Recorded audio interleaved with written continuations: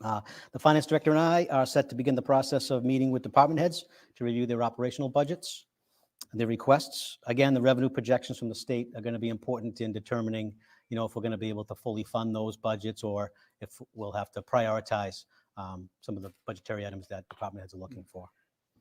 And then finally, because it's just ingrained in me, I wanted to remind folks about the storm coming overnight tonight.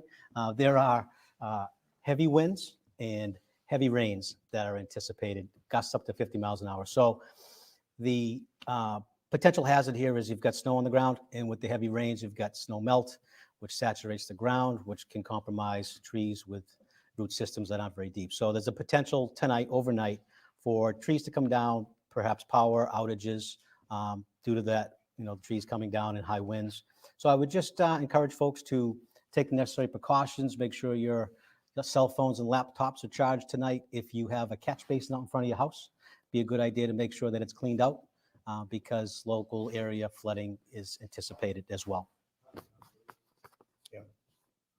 And just if I may, just to add on, I'm sure everyone in this room realizes a couple of years ago we had two tragedies. Watch out for pine trees. My neighbor across the street has big pine trees. And the storm 2 or 3 weeks ago, it was windy as a son of a gun. And I saw the kids out there and I freaked out. And I ran out there and I said to them, get the kids inside because they didn't live there at the time. And pine trees come down like that. Okay. And they're up 60, 70, 80 feet. They're going to hurt somebody. So I heard them yelling and laughing and giggling like kids do.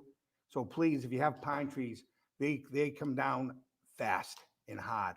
So please be aware of your trees. Yeah. I say that with all sincerity and from the bottom of my heart. I saw those kids and I ran out there and I grabbed them and the babysitter was there and I said, please get them inside. Yeah. They had no idea that this town had two tragedies. Yeah, my name is Phil Glenn, 8 Kings Road. I'm a retired OSHA inspector. As far as safety is concerned, it's paramount. I mean, there's going to be puddling on the roads. I was out there driving tonight. It's really dark and it's pouring down. You can't see a puddle on the road. You just got to come to the mic just because nobody. I mean, you can't see the puddles on the road because it's very dark and the rain is coming down. As a retired OSHA inspector, I can tell you, you don't want to go to those accidents. Like that. Well, thank you. Rita Lombardi, 8 Kings Road. I just have one question. Does the mitigation account have a definition? Is there a definition for that? I don't know off the top of my head if it's defined. We'll look into that. So it's just. We'll look into that now. Okay. I'll get back to you. Thank you. I will. Okay, moving on. Clerk announcements. Yep, nothing else? Oh, I'm sorry. Yeah, that was my last one. Okay. That was my safety message. I like to end with that. Yeah. You take the man out of the fire department, but not the fire department out of the man. I'm just saying, be safe. The only clerk announcement I have, we will resume open office hours. The next one will be on February 13th between the hours of 5 and 7. And of course, weather permitting, because it is that time of year, speaking of safety. That it? Yeah, I didn't have anything else. Mr. Conley, you had another announcement. I'm sorry, I have just one brought other to my thing, but I'm attention. not sorry. This is very important. The chairman and myself were fortunate enough to attend a ceremony this past Sunday, January 7th, where the town of Canton welcomed 3 new Eagle Scouts. And it was quite a ceremony. It started at 3 o'clock and it ended at 7 o'clock. And I want to recognize the 3 new Eagle Scouts. All the Eagle Scouts in the room, I was quite impressed. There were 14 of them, and counting these 3 young gentlemen. And there was Luke Darling, Patrick King, and Thomas Salvatore. And I want to congratulate them publicly. We had some certificates for them. Senator Timothy and Senator Feeney were there, and they had presentations, but it started at 3, as I said, and I walked out the door at 7 o'clock, and it was quite a ceremony, and made these folks put a lot of hard work into it, and they should be Great accomplishment. Yeah, should be very proud. Their family should be very proud of their 3 sons. So, thank you, Mr. Conley. Next. Next, Mr. Chair, the Select Board will hold its next meeting on Tuesday, January 23rd, 2024 at 7 p.m. in the Sala Meeting Room, Memorial Hall, 801 Washington Street. Now we go into the public comment Next, we period. have public comment. Public comment period. Again, just to remind everybody, 15 minutes, 3 minutes. It's not going to be back and forth. If there's anything you, any of your concerns that we can't speak to tonight, we will certainly get back to you on it. So, Susan Harrington, 45 Spruce Lane. I wanted to bring up the topic of the body worn cameras. It came up organically this evening, but and I wanted to bring your attention to a very timely recent article. This is on the New York Times Sunday magazine about issues with body worn cameras. And while this article dealt largely with fatal shootings by police officers across the country, I think there's lessons we can learn from this. And I just want to bring it to your attention because you know, what we're going to do with this footage once we have it is something we have to think about now. And in community after community, when there are fatal shootings, the footage, for the most part, does not see the light of day. And the reason why is because the police department gets told. And when it is finally litigated and released, it most often does not match up with the narrative that the police department was providing about what happened. That could be because they released an edited version of the footage or didn't release any footage at all. And your job as the select board is to provide civilian oversight of the police department. And I have heard at these meetings repeatedly that you don't tell the police how to do their job. So that leaves me feeling very uneasy about this. And let me just say, I'm very much in favor of body worn cameras. I just think we have to be thoughtful about how we use them. This is a quote from a former deputy commissioner to the New York City Police Department. And he says, mayors, city council members, all locally elected officials should be losing sleep over the lack of meaningful, independent oversight of police. This isn't Canton. This is every single police department across this country. Thank you. thank you, thank you. Can I recoup her 57 seconds? Do you Yeah. know me? You just- Thank you very much. I'm you going. just Here we did. go. At special town meeting in November, as you know, 903 citizens voted to approve the independent audit of the Canton Police Department. Opponents took out a full-page ad stating that the ad hoc group, which was the random citizens, calling the audit doesn't know what they are asking for, or don't let a few bad apples change your governance. The ad proudly listed the evidence room audit as sufficient.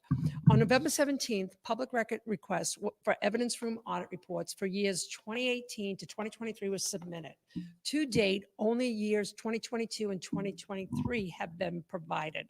Mass law requires that these be provided within 10 days. We are now 43 days past due and it's a gross violation of the Mass 10-day law. In response to follow-up, it appears Chief Rafferty is having difficulty locating them. The evidence room audits reports for 2022 and 2023 revealed that it was done, an outsourced firm did it, and they offer a menu of services upon request. The project scope for the 2022 and 2023 report stated that each individual manila envelope containing narcotics evidence would be opened and examined. There is no indication that the scope of the audit included auditing money seized.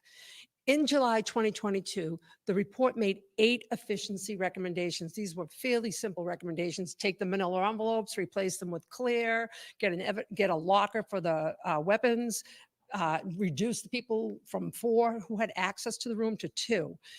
And yet when the audit firm returned in September 2023, which was 14 months later, 0 of those recommendations were implemented, and they were fairly simple. You know, spending taxpayers' money on audits and failing to action recommended improvements that would streamline operations and minimize financial risks and exposure is a disservice to taxpayers and citizens, and it's a waste of tax dollars. Citizens advocated for an independent firm to gain better understanding of what was working right and ways to improve. Chief Rafferty later shared that there were better uses for the money, the $200,000. We learned December 19th that she was requesting funding for $240,000 for a new kitchen and fence. The town of Canton is expected to be sued by numerous plaintiffs. It seems that it's inappropriate to ask taxpayers to fund for these new kitchen fence. I would appreciate if the select board would provide answers to the following questions. I have 4 questions. Thank you, Mr. Theodore.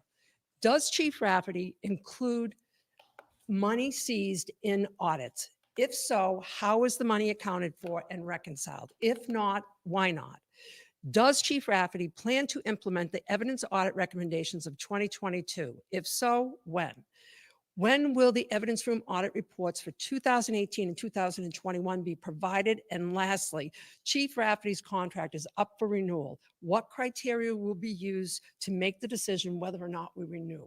If I email these to you, would you please? Yeah, Okay, please. thank you very much, and thank you for the extra time. I really appreciate it. Good evening. Kathleen Howley, 43 Sherman Avenue. Thousands of property owners in Canton have taxes due on February 1st.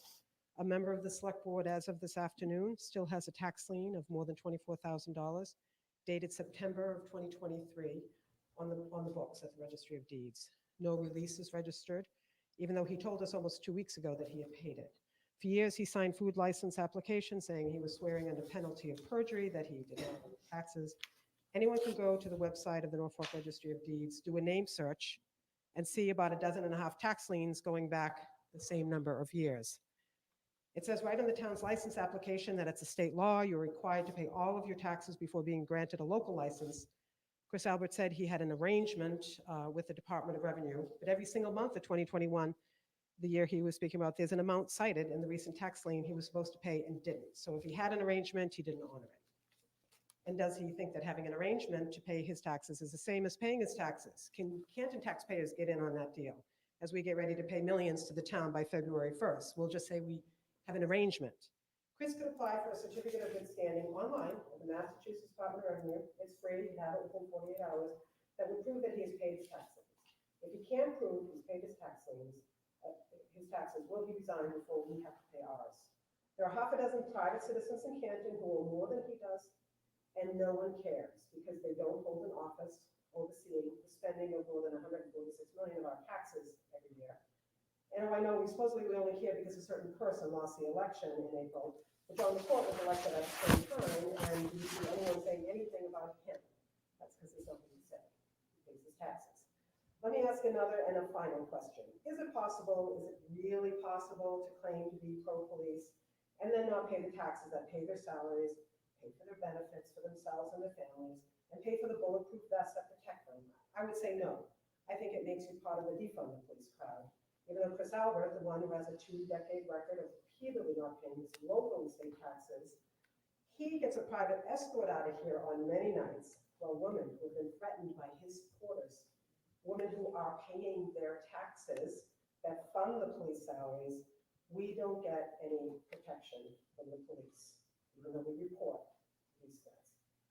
These are ongoing threats. We go to the police and report them, and there's very little interest in making sure that we are safe, even though we are paying the salaries of the police. Thank you.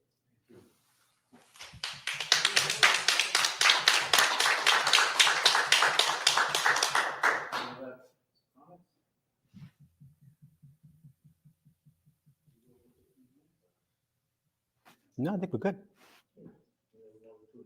Move to adjourn at 8:07. Second. Made and seconded, all in favor of adjournment? Aye. Aye.